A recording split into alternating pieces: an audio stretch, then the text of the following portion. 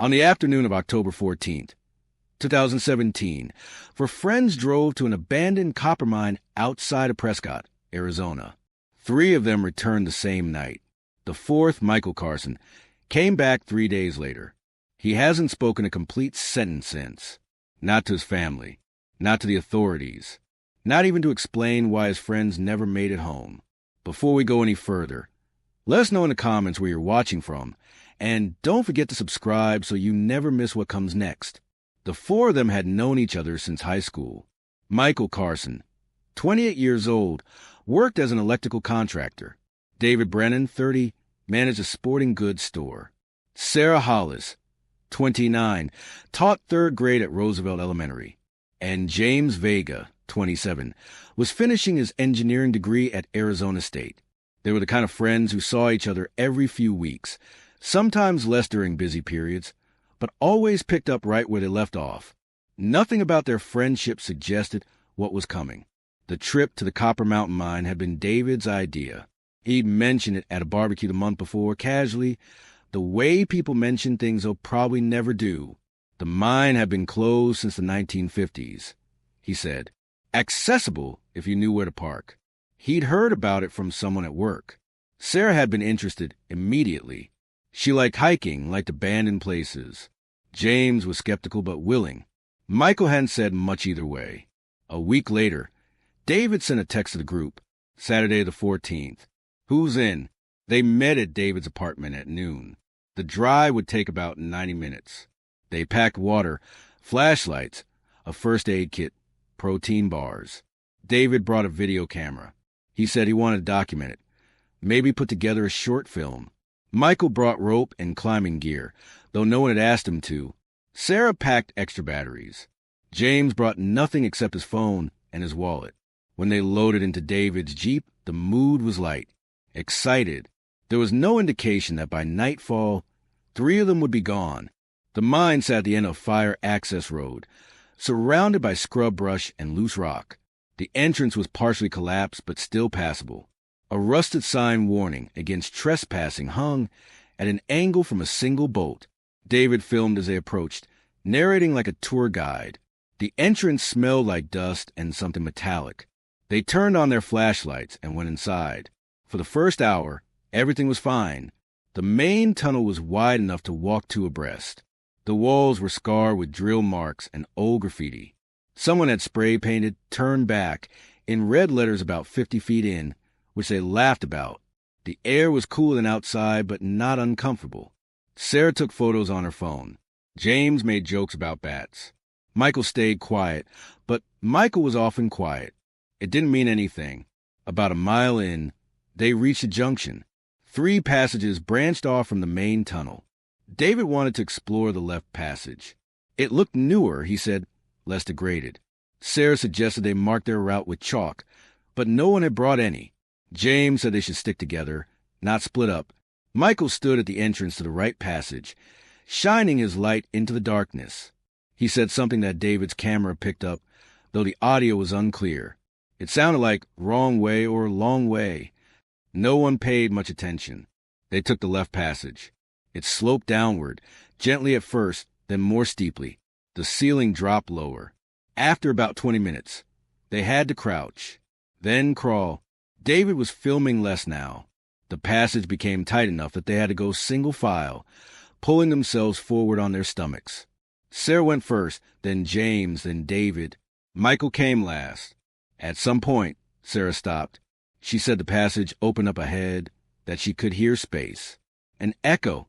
She called back that they were almost through. The audio from David's camera captured her voice, distant and distorted.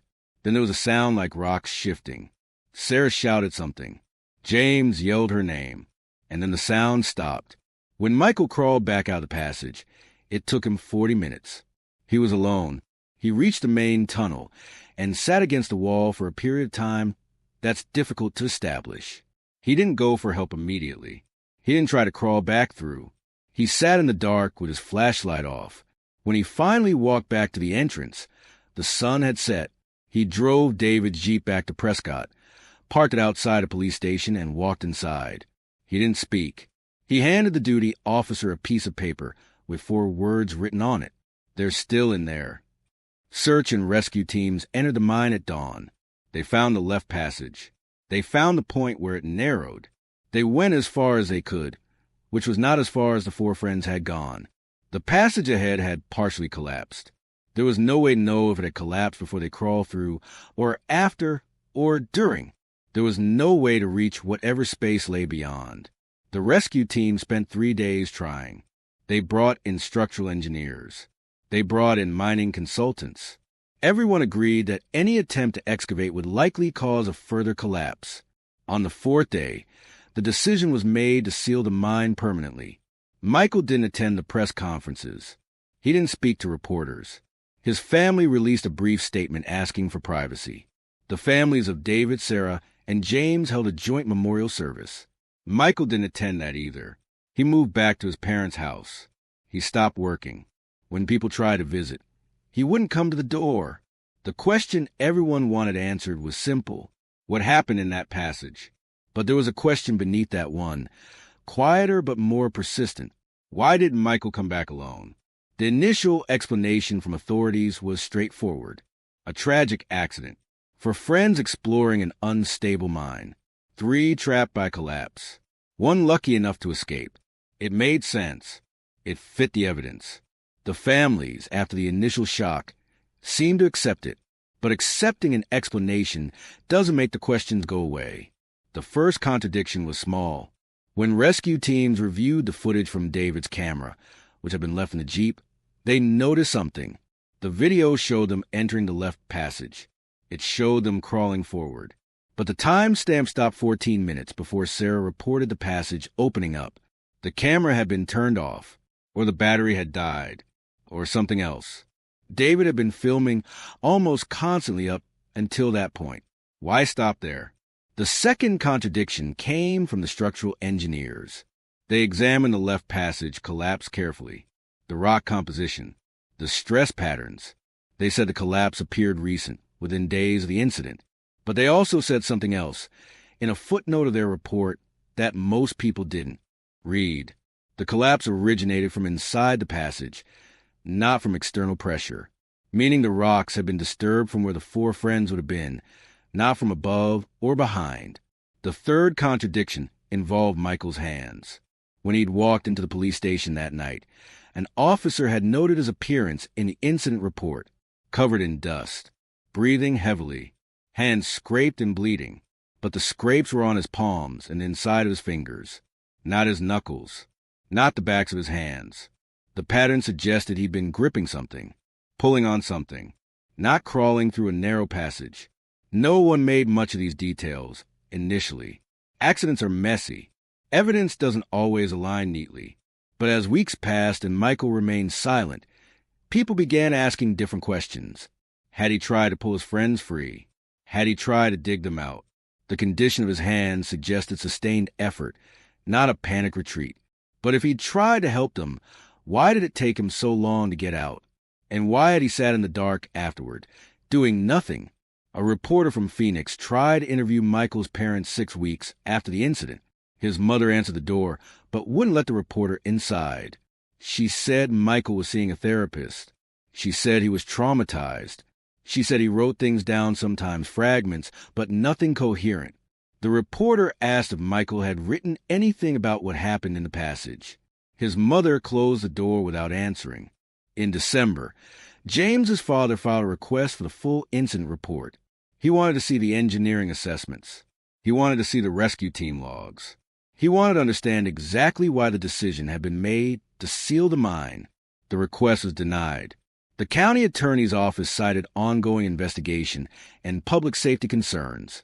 But there was no ongoing investigation. The case had been closed as an accidental death. When James's father pressed further, he received a letter explaining that certain details were being withheld to protect the privacy of the surviving witness. Michael.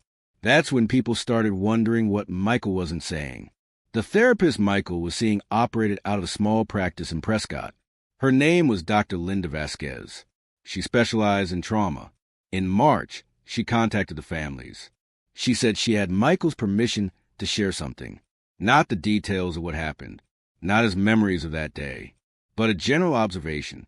Michael wanted to talk. He physically could not.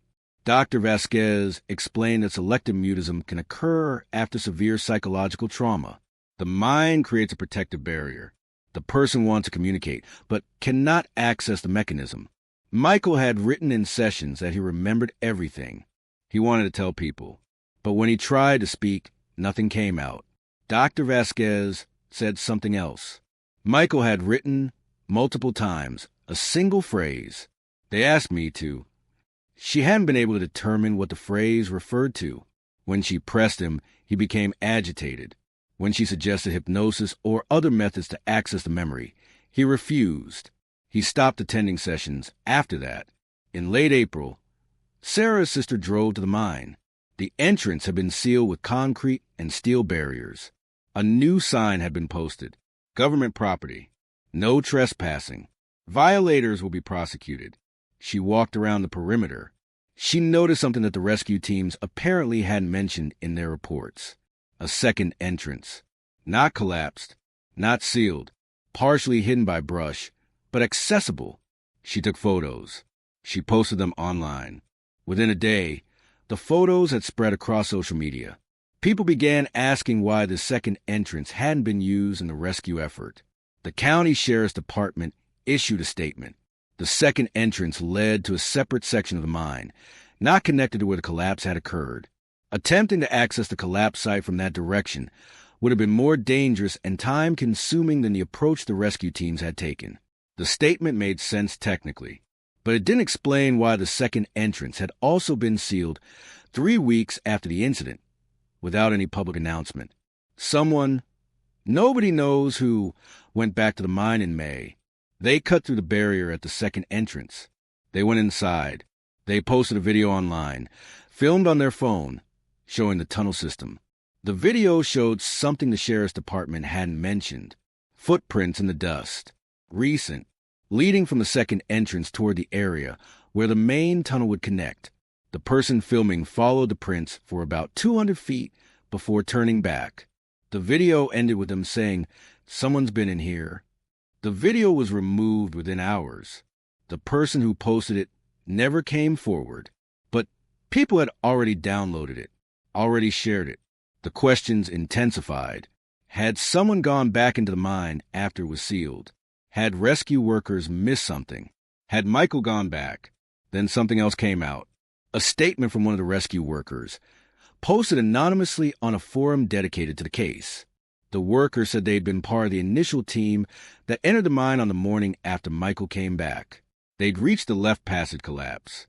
They'd examined it carefully, and they'd heard something, a sound from behind the rocks, faint but distinct, like tapping, rhythmic. 3 taps, pause, 3 taps. They'd reported it to their supervisor. The supervisor had told them it was probably rocks settling, told them not to mention it in their official report. The rescue worker said they'd gone along with that explanation at the time, but it had bothered them ever since. Michael's younger brother, Thomas, decided to speak to him directly. He drove to their parents' house in June.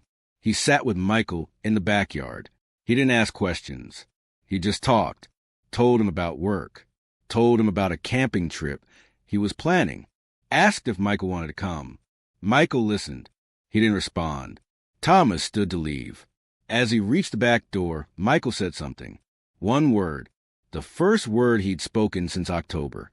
Thomas turned around, but Michael was looking at the ground. Thomas asked him to repeat it. Michael didn't respond. Later, Thomas told his parents what he thought he'd heard. It sounded like together. You start to see how the story shifts. Not in obvious ways. Nothing dramatic. Just small pieces that don't quite fit. The camera turning off. The hand injuries. The second entrance. The tapping sound. And Michael, at the center of it all, silent except for one word that might mean anything or nothing. There are 2 ways to look at what happened. The first is the official version. 4 friends entered a dangerous mine. 3 got trapped. 1 escaped. The trauma left him unable to speak. It's clean. It's complete. It requires no further questions. The second way is harder. It asks what Michael knows that he can't or won't say. It asks why evidence was withheld. It asks what they asked me to means and who they are, and whether Michael came back alone because he chose to or because something else made that choice for him. Neither version brings David, Sarah, or James back. Neither version changes the fact that 3 people went into the dark and stayed there, but one version lets you move forward. The other version keeps you in that passage, wondering what Michael saw in those minutes after the camera turned off and before he crawled back out into daylight. Dr. Vasquez said something in a later interview that stayed with people. She said trauma fractures memory, creates gaps. The mind protects itself by hiding what it can't process. But she also said Michael's case was unusual. Most trauma survivors lose details. They forget sequences. They remember feelings more than facts. Michael remembered everything. He just couldn't share it. And that distinction mattered, because forgetting is passive. Silence is a choice. In August, Michael moved out his parents' house. He rented an apartment in Phoenix, 3 hours away. He started working again, doing electrical jobs through a contractor who didn't ask questions. His parents said he seemed better. Not healed, but functioning. He went to the grocery store. He paid his bills. He existed in the world like someone who'd survived something terrible and was trying to rebuild. Except he still didn't talk. His apartment was on the 3rd floor of a complex near the airport. His neighbors said he kept to himself. No visitors. No noise. Polite when they ran into him, but distant.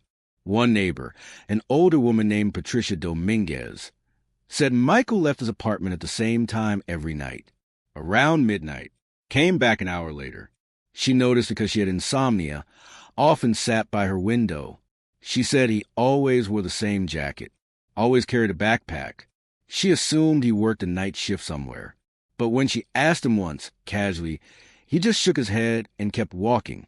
In September, someone noticed Michael's car parked outside the Prescott Sheriff's Station. He sat there for 3 hours. Never went inside, just sat in the driver's seat, staring at the building. A deputy finally approached, asked if he needed help.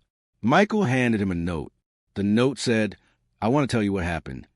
The deputy brought him inside, got him water, set him up in an interview room with a recorder. Michael sat for 40 minutes. The recorder ran. Michael didn't speak. Eventually, he stood up and left. The deputy said it was one of the strangest things he'd witnessed in 20 years. The family stopped talking to reporters, stopped updating social media. Sarah's sister took down the photos of the second entrance. James's father withdrew his records request. David's mother said in a brief email that they wanted to grieve privately. The official narrative settled like dust. An accident, a tragedy, a young man trying to recover from something too painful to discuss.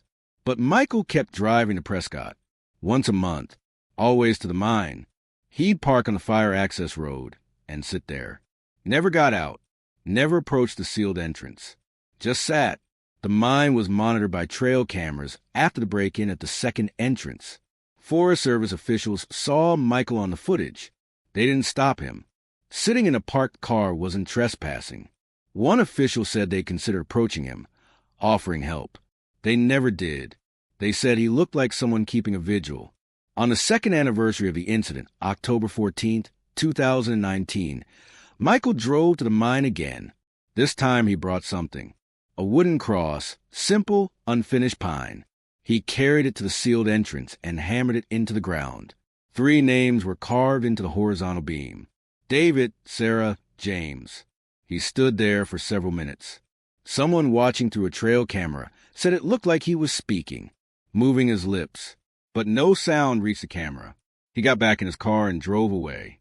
The families learned about the cross through social media. Someone had hiked to the mine and photographed it, posted it online. The response was immediate.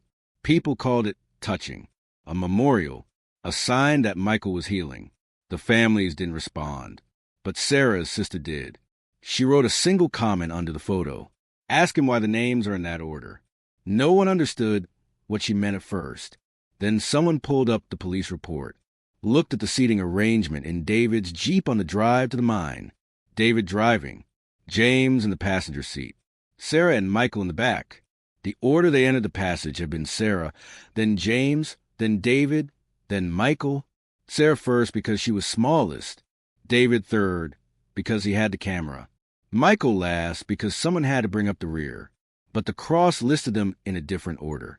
David first, Sarah second, James third, as if they'd entered the passage that way, or as if they'd been arranged that way later. You could argue it means nothing. Michael might not have remembered the exact sequence, might have carved the names in order of age, or alphabetically by first name, or randomly, but Sarah's sister didn't think so.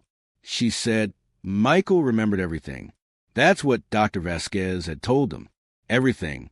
So, if the order on the cross was different from the order in the passage, Michael was telling them something. She just didn't know what. What we know is this. 4 people went into a mine.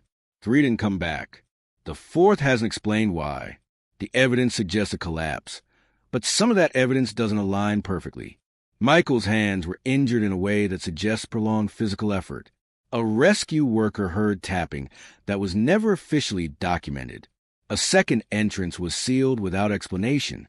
And Michael drove to the mine every month for 2 years silent, keeping watch over something he couldn't or wouldn't name. What we don't know is bigger. We don't know what happened in the 14 minutes after David's camera turned off. We don't know why Michael took so long to get out or why he sat in the dark afterward. We don't know what they asked me to refers to or who they are. We don't know what the word together meant when Michael said it to his brother. We don't know if the tapping sound was rocks settling or something else. We don't know why the names on the cross are in the wrong order.